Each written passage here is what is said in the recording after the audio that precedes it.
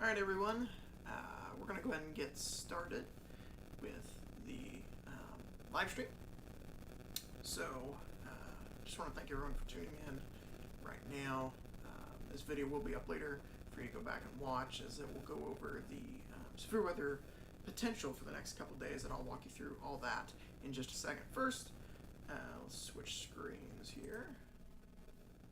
Alright, so first, look at current radar right now.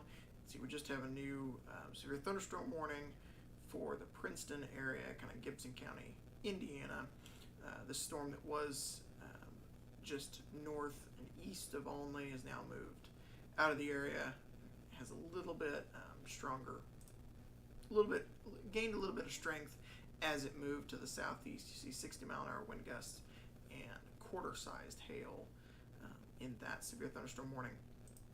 Overnight, if you've been kind of in our southern areas, you know, around the Olney and Lawrenceville area, we've had a lot of storms tonight. We've had a lot of rain and storms, which is great. We need the rain for all the crops, and kind of what's been happening is these storms have been just developing, you know, in here around the Dietrich, just east of Effingham, and have just all been moving kind of southeast.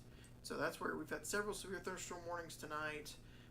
We had a little bit of rotation earlier in the storm that went just south of Noble. We've had reports specifically out of that storm of golf ball size hail. We'll get to that in a minute.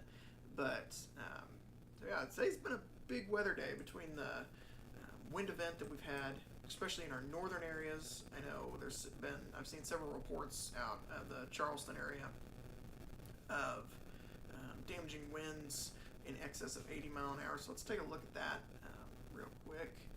Get out of the radar. This is a map from the National Weather Service of just submitted storm reports. You can see the green dots are hail, the blue dots are all wind, and yeah, there's several storm reports. This one just west of Charleston at 1:35, 3-inch tree limbs broken. You know, when this line of storms moved through, the severe thunderstorm warning was for winds in excess of 80 miles an hour, and I know that continued on through Terre Haute.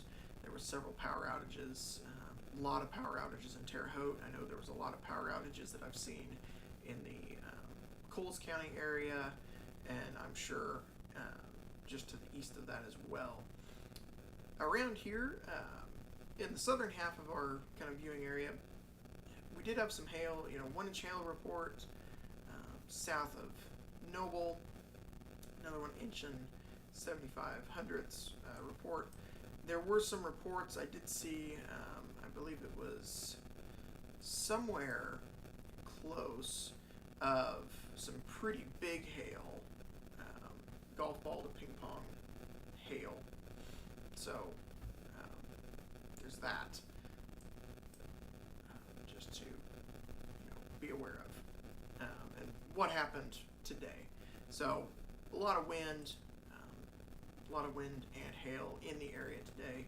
This is a radar image that I actually took from when those storms were moving through the Charleston area, and you can see just straight line damaging winds was the big name of the game today.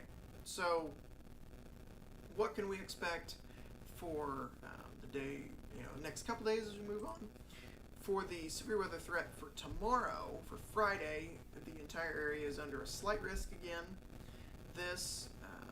I don't think the storms are going to be quite as strong as they were today, but we do have a slight risk. You can see the Storm Prediction Center indicates wind and hail both as stronger threats, and you can see all these storms are going to originate in southern Iowa, northern Missouri area, and just keep training southwest, or southeast rather, over our area.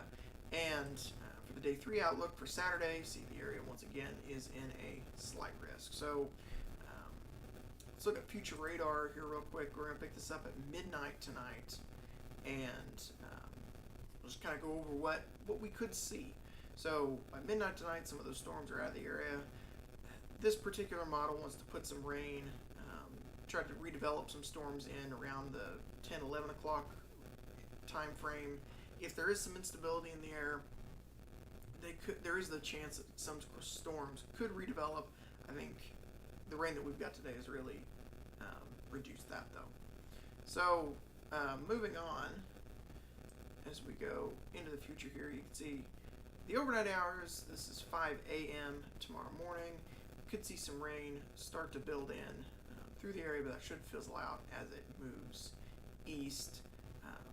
Again, this is stopping at noon tomorrow. The storms tomorrow during the day looks pretty dry, and the pattern that we're in really favors some nocturnal, more nocturnal storms. So if we go a little bit further in the future, you'll see that this is now midnight Friday night. You can see we got another set of storms which have developed in west central Illinois, southern Iowa, and northern Missouri.